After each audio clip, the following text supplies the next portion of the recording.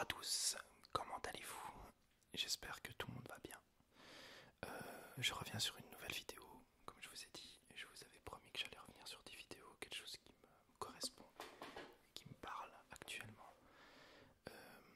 Nous allons continuer à faire des lectures bibliques. Alors j'ai regardé la dernière, elle date d'il y a longtemps. Alors je vous invite à aller voir la dernière, qui est la numéro 10. Je la mettrai en description. Et je la mettrai surtout en fin de vidéo, comme ça vous pouvez aller la voir. Mais du coup, si vous voulez regarder cette vidéo qui est la suite, allez voir la numéro 10 avant, et même celle d'avant. Parce que nous sommes sur la vie de Jésus et la lecture de Luc. Et en fait, cette vidéo, je vais la continuer ainsi, où on s'était arrêté avant. Si j'aurais des questions sur le moment, des réflexions, je le ferai spontanément. Venez dans les commentaires, expliquez ce que vous avez ressenti à travers cette lecture, les questionnements qu'on a. Il faut nourrir le débat, c'est ultra important et c'est très enrichissant, je dois dire. Qu'est-ce que je voulais dire d'autre? Oui, je voulais vous remercier pour la dernière vidéo. Je vous remercie énormément, ça m'a vraiment fait du bien. Ça m'a fait du bien de faire cette vidéo. Et j'espère que ça va faire du bien aux personnes qui ont pu aussi écouter et que ça aurait été utile pour d'autres personnes. Alors sans plus tarder, plongeons-nous dans la lecture de la Bible. Et si vous avez une Bible chez vous, prenez-la, ouvrez-la au verset que je vais vous dire et puis on peut le lire ensemble. Alors nous sommes dans Luc 2, verset 41. Donc ça sera Jésus à 12 ans dans le temple. Alors commençons. Les parents de Jésus allaient chaque année à Jérusalem pour la fête de la Pâque. Lorsqu'il eut 12 ans, ils s'y montèrent avec lui, comme c'était la coutume pour cette fête. Puis, quand la fête fut terminée, ils repartirent. Mais l'enfant Jésus resta à Jérusalem sans que sa mère et Joseph s'en aperçoivent, croyant qu'il était avec leurs compagnons de voyage. Ils firent une journée de chemin, tout en le cherchant parmi leurs parents et leurs connaissances. Mais ils ne le trouvèrent pas et ils retournèrent à Jérusalem pour le chercher. C'est quand même ultra drôle. Les parents y partent en voyage de pèlerinage avec plein d'autres personnes. Et Jésus, je sais pas si c'est par folie ou sagesse, je sais pas, il décide de rester comme ça à 12 ans. Ses parents se barrent et puis il leur marque une journée après. Un peu bizarre, les parents. Mais bon. Au bout de 3 jours, ils le trouvèrent dans le temple. Donc ça fait... Ils ont attendu 3 jours pour le retrouver. Donc chaud quand même. Assis au milieu des maîtres, il s'écoutait et les interrogeait. Tout ce qu'il entendait était stupéfait de son intelligence et de ses réponses. Quand ses parents le virent, ils furent frappés d'étonnement et sa mère lui dit : « Mon enfant, pourquoi as-tu agi ainsi avec nous? Ton père et moi, nous te cherchions avec angoisse. » Peut-être avec angoisse, mais ils ont pris leur temps peut-être. Il leur dit : « Pourquoi me cherchez-vous? Ne saviez-vous pas qu'il faut que je m'occupe des affaires de mon père ? » Mais ils ne comprirent pas ce qu'il leur disait.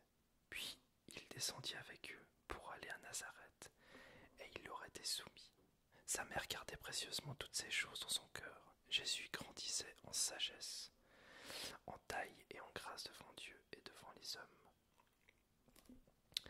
Voilà, on a juste un petit bout là de sa vie semi-adolescente, on va dire. Mais c'est vrai qu'on a peu de lecture sur Jésus quand il avait l'adolescence, jeune adulte. On l'a quand il est né, un bout ici.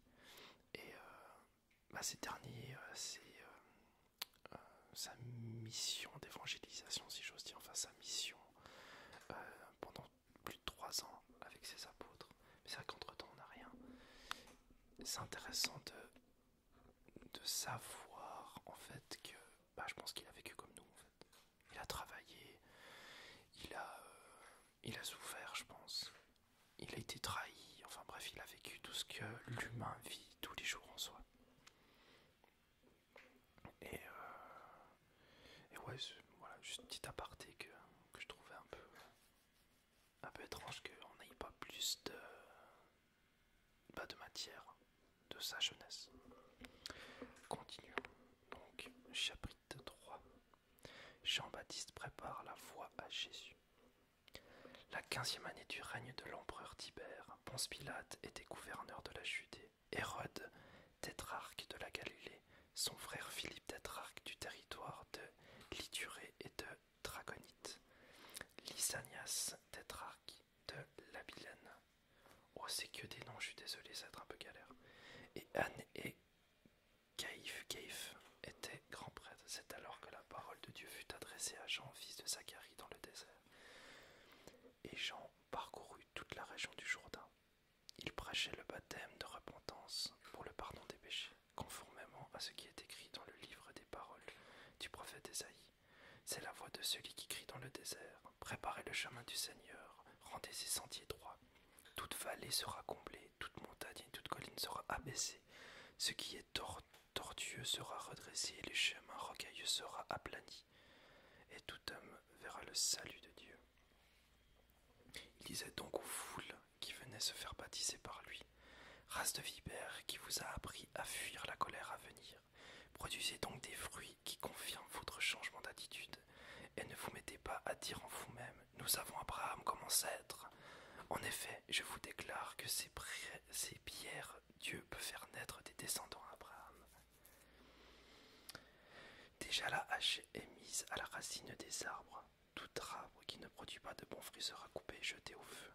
La foule l'interrogeait: que devons-nous faire donc? Il leur répondit: que celui qui a des chemises partage avec celui qui n'en a pas, et que celui qui a de quoi manger fasse de même. Des collecteurs d'impôts vinrent aussi pour se faire baptiser. Ils leur dirent: Maître, que nous devons-nous faire? Il leur répondit: n'exigez rien de plus que ce que vous avez été ordonné. Des soldats aussi lui demandèrent: et nous, que devons-nous faire? Ne commettez ni extorsion ni tort envers personne, et contentez-vous de faire votre solde. Le peuple était dans l'attente, et tous se demandèrent en eux-mêmes si Jean n'était pas le Messie. Alors il leur dit: moi, je vous baptise d'eau, mais il vient, celui qui est plus puissant que moi, et je ne suis pas digne de détacher la couronne de ses sandales. Lui, il vous baptisera du Saint-Esprit et de feu.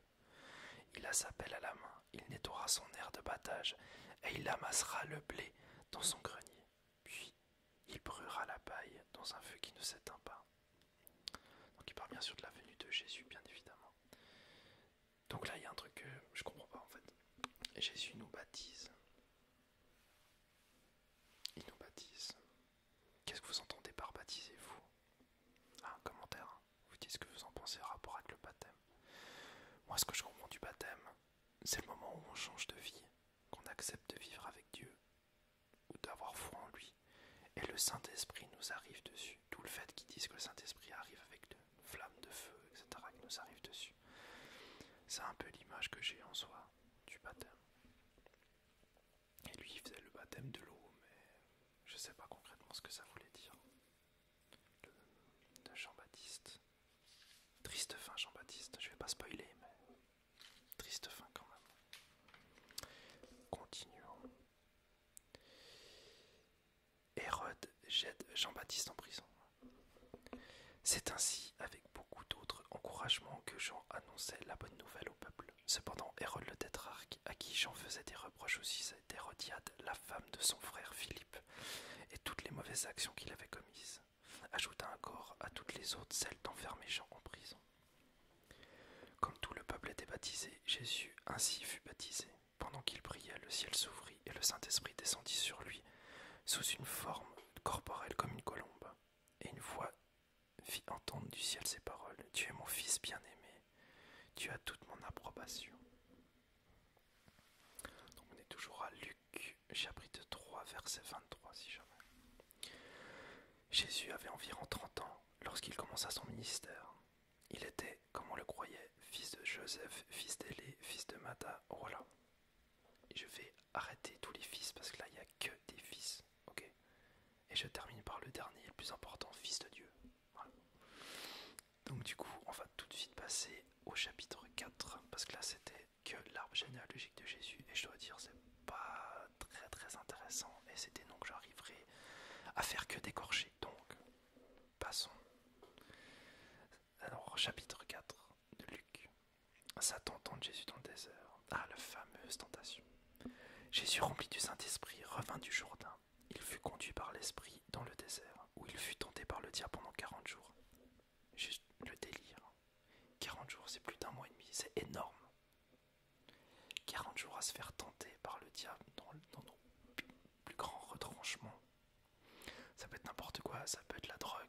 l'addiction, ça peut être typiquement l'addiction à la pornographie, tous ces trucs-là. En fait, pendant 40 jours, on est assailli de tentations.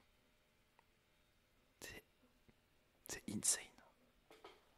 Enfin, moi, je tiendrai pas, je dois dire. Donc, voilà. Il ne mangea rien durant ces jours-là, et quand cette période fut passée, il eut faim.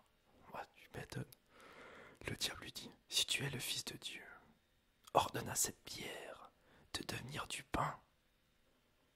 Jésus lui répondit, il est écrit, l'homme ne vivra pas de pain, seulement de toute parole de Dieu. Très beau. Le diable l'emmena plus haut sur une haute montagne. Il lui montra en un instant tous les royaumes de la terre. Puis il lui dit, je te donnerai toute cette puissance et la gloire de ces royaumes, car elle m'a été donnée et je la donne à qui je veux. Si donc tu te prosternes devant moi, elle sera toute à toi. Jésus répondit, retire-toi Satan, en effet il est écrit, c'est le Seigneur ton Dieu que tu adoreras et c'est lui seul que tu serviras. Le diable le conduisit encore à Jérusalem, le plaça en haut du sommet du temple et lui dit, si tu es le Fils de Dieu, jette-toi d'ici en bas, car il est écrit, il donnera à tout sujet ordre à ses anges de te garder, et ils te porteront sur la main de peur que ton pied ne heurte une pierre. Jésus lui répondit, tu ne provoqueras pas le Seigneur ton Dieu. Après l'avoir tenté de toutes ces manières, le diable s'éloigna de lui jusqu'à un moment favorable. C'est très intéressant ce chapitre, parce qu'en fait, on voit qu'en fait le diable, il a aucun pouvoir sur nous en rapport avec Dieu. En fait, Dieu, il est le Tout-Puissant. C'est lui qui a tout créé. En fait, le diable, les démons et tout ça, c'est des anges qui se sont retournés. Donc c'est aussi une création de Dieu en soi. Mais sauf qu'ils se sont retournés contre lui. Du coup, en fait, même Satan, il a aucun pouvoir. Si on croit en Dieu, si on a foi en lui, si on est vraiment enclin avec lui, le nom de Jésus et de Dieu est beaucoup plus fort que Satan. Donc on n'a pas à avoir trop peur. Alors faut pas faire des bêtises. Table de Ouija et toutes ces conneries, ça il faut clairement éviter parce qu'on ouvre des portes et on n'arrive pas forcément à les refermer. Mais par contre, si on a foi, on est plusieurs à avoir foi en Dieu, mais vraiment du cœur, et qu'on y croit à 100%, et ben en fait ça dégage quoi, ça part. Parce qu'ils ont pas de force contre nous. Contre Dieu, ils ont aucune force. Et ça fait du bien de l'entendre quand même. De se dire qu'ok, ça peut faire peur, mais en fait, Dieu il est bien plus fort que ça.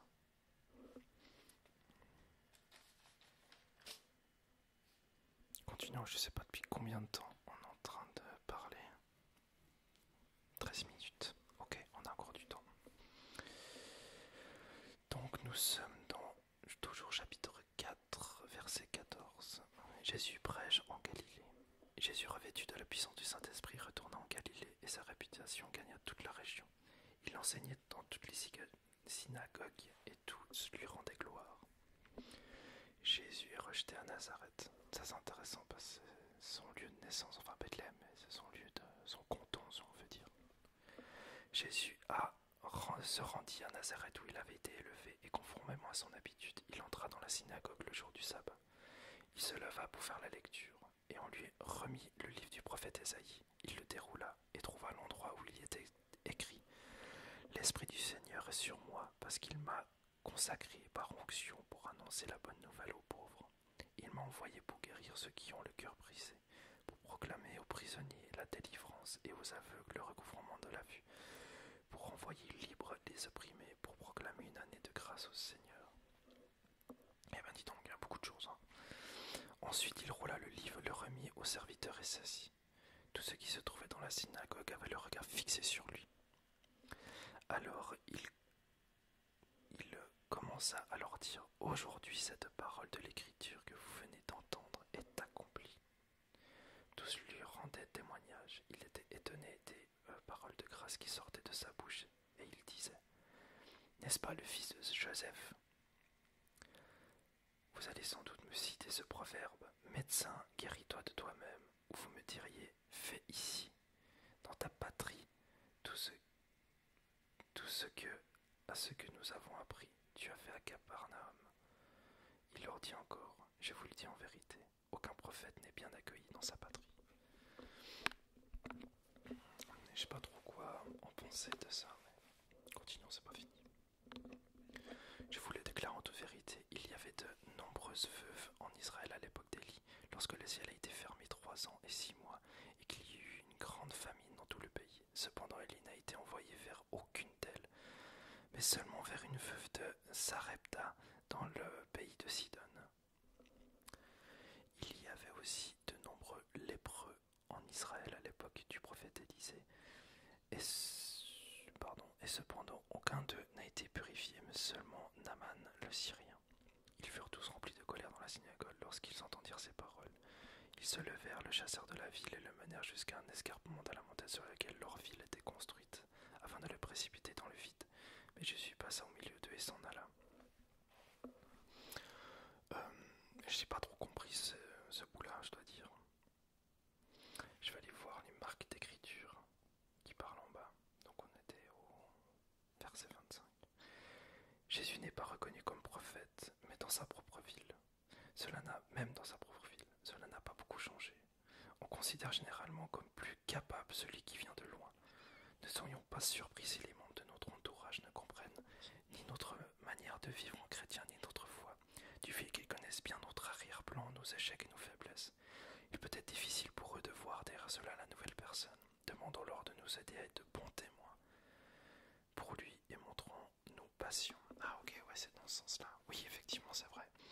C'est vrai qu'on a un éveil de la foi et on commence à vivre notre foi, et ben on a envie de le partager, et puis on est très fougueux, avec pas trop de sagesse du coup, mais dans la spontanéité, et on donne beaucoup, et même des fois trop, on peut faire peur.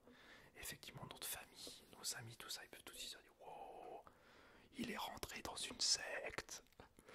Voilà, par exemple. Donc, soyons sages. Demandons à Dieu d'être sage dans ces moments-là. Pour lui dire non les gars, je suis pas taré, j'ai pas pété un câble. Je me suis juste retrouvé face à Dieu et c'est trop bien. Voilà, c'est ça qu'il faudrait, c'est ça qu'il faut dire. Ok, continuons. On va faire jusqu'au chapitre 5. Ok. Alors, verset 31 du chapitre 4 de Luc.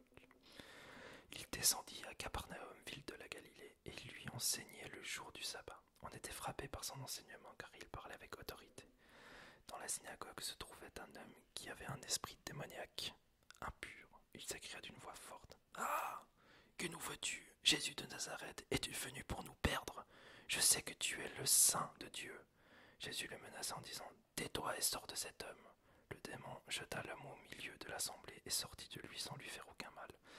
Tous furent saisis de frayeur et ils se disaient les uns aux autres « Quelle est cette parole ?» Il commande avec autorité, puissance aux esprits impurs, et ils sortent, et sa réputation gagna toute la région. Comme quoi, hein, les démons, ils le connaissent, ils savent qui c'est.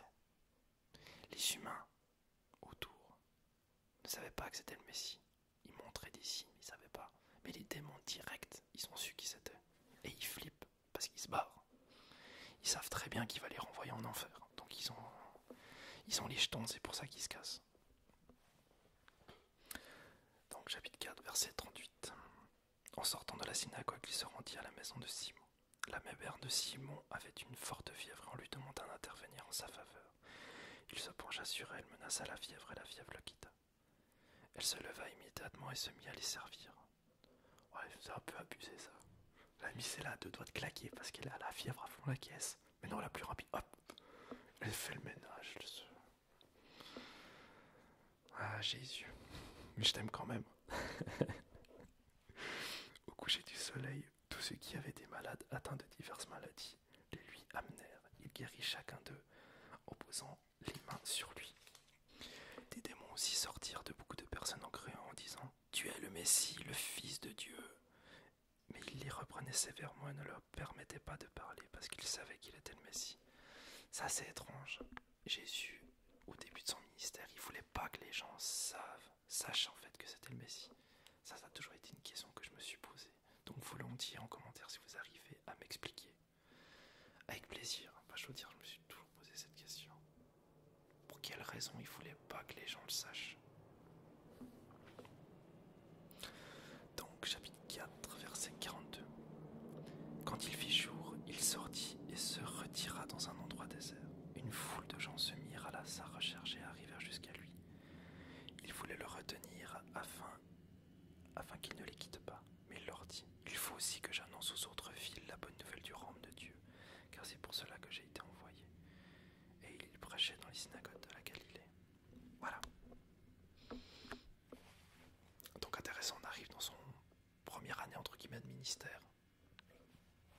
moitié, on est passé de 12 ans à 33 ans, 30 ans environ. Donc intéressant. On va continuer cette lecture bien sûr. D'ici quelques jours, je vais pas le faire demain, mais quand j'aurai du temps, je le ferai. Comme ça, les vidéos vont venir, ça vous donnera un petit fil d'actualité à suivre aussi. Du coup, alors merci d'avoir regardé cette vidéo. Continuez à regarder les vidéos, partagez, c'est important. Mettez un petit pouce bleu si vous avez apprécié, effectivement. Alors j'aime pas faire ça, mais le référencement c'est important. Et surtout, je suis conscient que les gens ont soif de spiritualité. Et j'aimerais que cette vidéo puisse être vue par d'autres personnes, pour être touchée aussi par Dieu, par d'autres personnes. En fait, c'est ça l'idée. L'idée, c'est que je partage la vision de Dieu. Je prie avec Dieu et avec vous pour qu'on puisse grandir ensemble dans la foi. Et je pensais comme ça le vrai partage. Donc voilà. Donc, à tout bientôt. Et puis,